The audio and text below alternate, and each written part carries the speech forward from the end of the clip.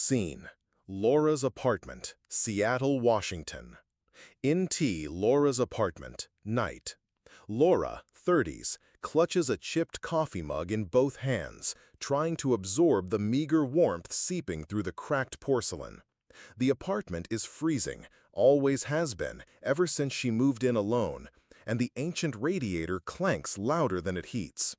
She stares out the fogged-up window at the deserted Seattle street, where a light drizzle paints everything in a blurry watercolor of grays and browns.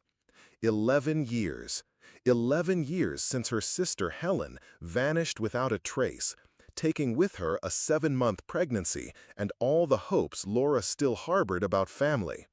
A yellowed envelope sits on the kitchen table, 3 days old, addressed to her in a handwriting that stopped her heart. She recognized Helen's slanted script instantly, even after more than a decade. Inside, only a scrawled address in Oregon and a small gold key Laura couldn't identify.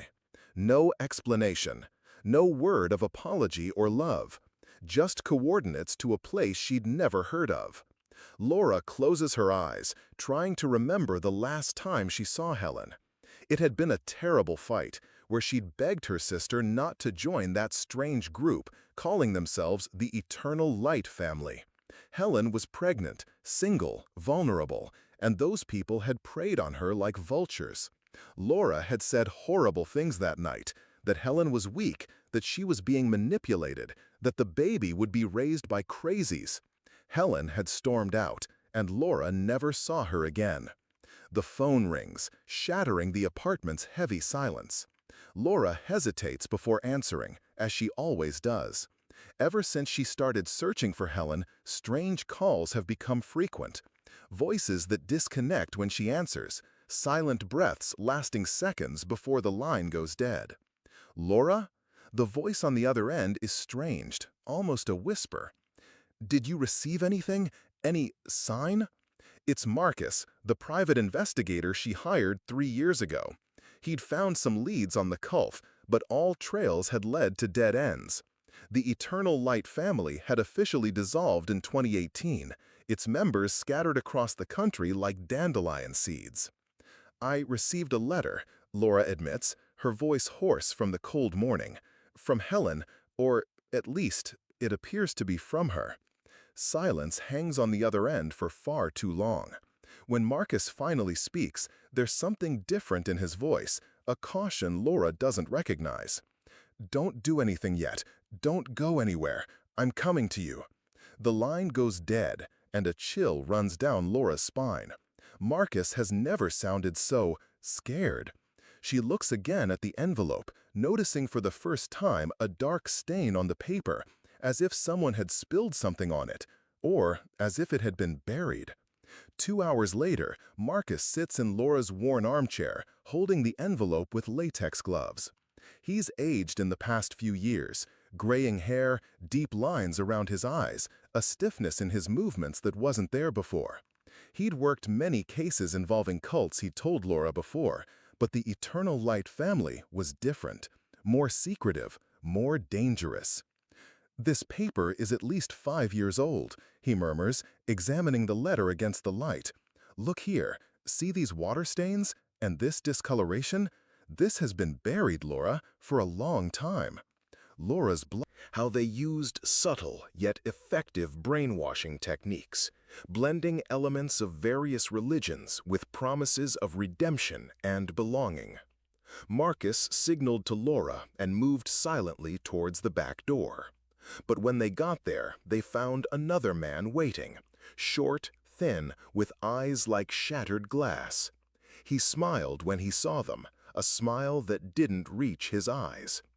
Ezra was right, the man said, his voice a raspy whisper. You'd come. Sisterly love always brings you back. Marcus didn't hesitate. He fired twice, and the man fell backward, hitting his head against the wall. But even as he died, he continued to smile. Run, Marcus yelled, pushing Laura out the back door. Into the woods, don't stop. Laura ran as she had never run before, branches scratching her face, roots tripping her. Behind her, she could hear shouting and more gunfire. She didn't stop to look back, didn't stop to help Marcus. She just ran as he had told her to. When she finally stopped, she was lost in the middle of the woods, breathless and with her heart pounding so hard she was sure she was going to have a heart attack. The silence around her was complete. Not even the distant gunshots could penetrate the density of the trees. Then she heard it, faint but unmistakable, the cry of a baby. Laura followed the sound, pushing aside branches and thorns, until she reached a clearing where a small cabin stood, almost hidden among the trees. The door was open, and from within came not only the crying, but also a woman's voice, singing a lullaby Laura immediately recognized. It was Helen. Laura approached slowly, trying to process what she was seeing. Her sister was sitting in a rocking chair, holding a child, a girl of about 10, with blonde hair and blue eyes that were exactly like Helen's when she was a child. The girl wasn't crying. The sound was coming from an old record player on the table beside them. "Hi, Laura," Helen said, without looking up, continuing to rock the child. Laura felt her legs grow weak. Helen was alive, but there was something terribly wrong with her. Her skin was pale as paper, her eyes sunken and lifeless. She looked more like a ghost than a person. "Helen," Laura whispered, tears starting to stream down her face. "You're alive. How is this possible?" "I died," Helen replied simply, still rocking the child. "I died a long time ago. But they brought me back, to take care of her, to protect her." Laura looked at the girl, who stared back with intelligent, frightened eyes. "Who is she?" "My daughter," Helen smiled, and for the first time seemed almost human. "Our daughter. She has your name, Laura. I named her Laura." Reality hit Laura like a punch to the stomach. The child in her arms was her niece, the niece she'd never known, who she thought had died 11 years ago along with Helen. But if the girl was 10, that meant Helen had survived childbirth. It meant she'd lived for at least another year before I died, Helen finished, as if reading her thoughts. "I died when she was 1. They buried me in the backyard, Laura, along with all the others." Laura felt the world spin around her. Others. The other mothers. The others who didn't complete the process. There are many of us, Laura, many who were promised salvation, but found only death. Helen stood slowly, still holding the child. "But you can save her. You can take Laura away from here. They won't follow you if you promise not to tell anyone, if you promise to keep the secret." "What secret?" Laura asked, though a part of her already knew the answer. "The secret of what they do to the babies, of what they do to the mothers, of what they do to anyone who tries to leave." Helen extended the child towards Laura. Take her and go, before it's too late." Laura hesitated for a moment, looking at the girl who bore her name. The child was beautiful, with an angelic face reminiscent of Helen when they were little. But there was something in her eyes, a sad wisdom that shouldn't exist in a 10-year-old. "Aunt Laura," the girl said, and her voice was surprisingly mature. "Mommy told me about you. She said you're brave, braver than she ever was." Laura took the child in her arms and immediately felt a connection she hadn't expected. This was her family, the only family she had left. She looked at Helen, who now seemed more transparent than before. "You have to go," Helen said, and her voice was growing weaker. "They're coming. They know you're here."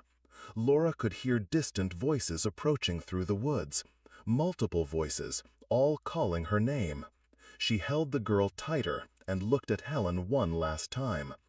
"I'm so sorry," Laura said, tears streaming down her face. "I'm so sorry I couldn't save you." Helen smiled, and for a moment she was again the younger sister Laura remembered. "You couldn't save me, Laura. No one could. But you can save her. You can give her the life I never could have." Helen began to fade, like smoke dissipating into the air. Her last words were almost audible. "The key unlocks the safe under the bed. There's money and documents, everything you need to start over." Laura ran back into the cabin, found the safe exactly where Helen had said. The gold key fit perfectly, revealing stacks of money, fake. "And the only way to ensure she has a normal life is to entrust her to the only person I trust, you." Laura folded the letter and looked at the girl now sleeping in her arms. She didn't know how she would explain all of this, how she would tell the world that her niece was alive, that Helen had faked her death, that a sinister cult was still operating somewhere. But she knew it didn't matter. What mattered was that this child was safe now. As if the mysteries of this night were endless, Laura realized she needed to share these discoveries with others who might be going through the same situation. If you've come this far and are also searching for someone who has disappeared, subscribe to our channel to continue receiving reports like this, true stories of people who found answers where they least expected them. 2 weeks later, Laura was enrolling the girl in a school in a small town where no one asked questions about the past. She had used the forged documents to create a new identity for both of them.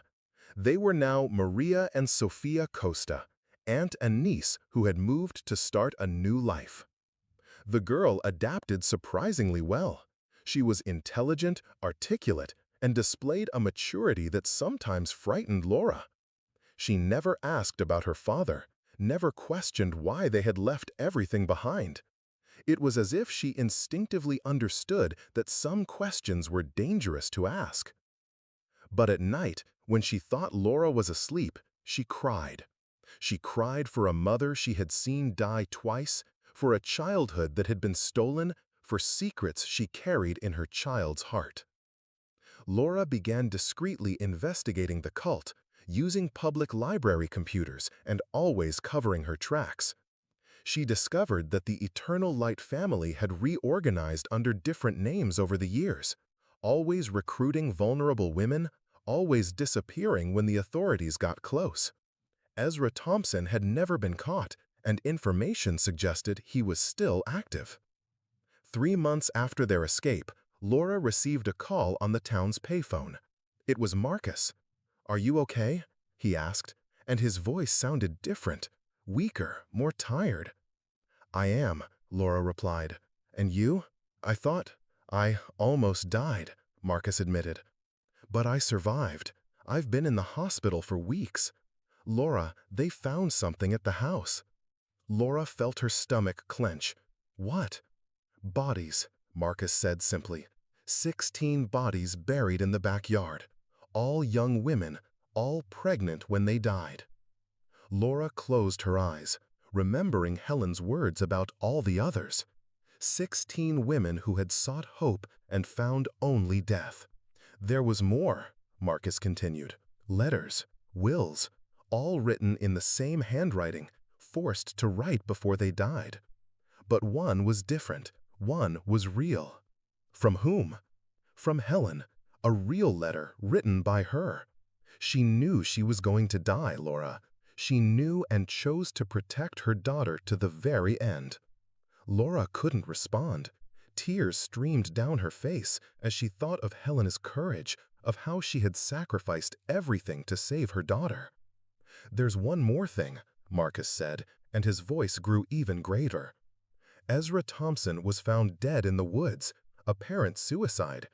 But before he died, he left a confession. Names, dates, locations, dozens of crimes over 30 years. Laura felt a mixture of relief and sadness. The cult was over, but it was too late to save the 16 women buried in the backyard. Too late to save Helen. "The girl," Marcus said. "Is she okay?" "She is," Laura replied. "She's safe." "Good," Marcus sighed. "At least something good came out of all this." Laura hung up the phone and went back home, where she found the girl doing homework at the kitchen table. She looked up as Laura entered, and her eyes, Helen's eyes, shone with an intelligence that continued to surprise. "Aunt Laura," the girl said, "are you okay? You look sad." Laura knelt beside the chair and hugged the girl. "I'm okay, sweetheart. Just remembering your mother." The girl returned the hug, and Laura felt something she hadn't felt in a long time: hope. It didn't matter what had happened in the past. It didn't matter the horrors they had lived through. They were together now, and they were safe. "Aunt Laura," the girl said after a moment, "sometimes I dream about Mommy. She tells me she's happy, that she's finally resting." Laura smiled through her tears. "I'm sure she is, sweetheart. I'm sure she is." That night, Laura put the girl to bed and stayed by her side until she fell asleep. Then she went into the backyard and looked at the stars, thinking of Helen and all the other women who had died. She thought about how a mother's love can be stronger than death, and how sometimes the only way to save someone is to sacrifice yourself.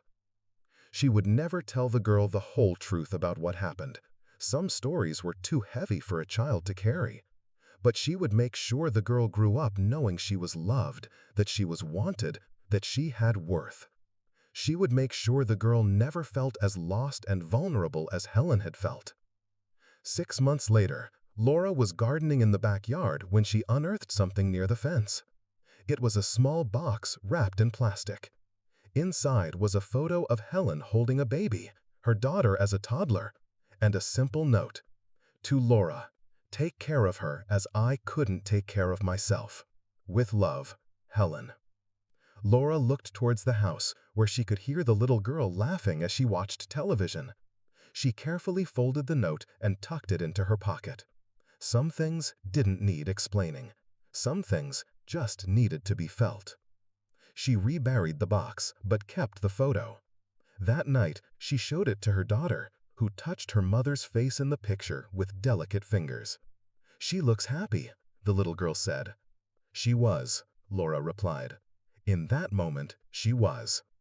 And for the first time in 11 years, Laura believed that maybe, just maybe, everything would be all right. They had a chance to start over, to build a life away from the shadows of the past. Helen had given them that chance with her sacrifice, and Laura wouldn't waste the gift. The cult was over. The dead were properly buried. And somewhere, she hoped, Helen had finally found the peace she'd so desperately sought in life. The rest of the story would be theirs, Laura's and the little girl who bore her name. A story of healing, of growth, of love that survives even death.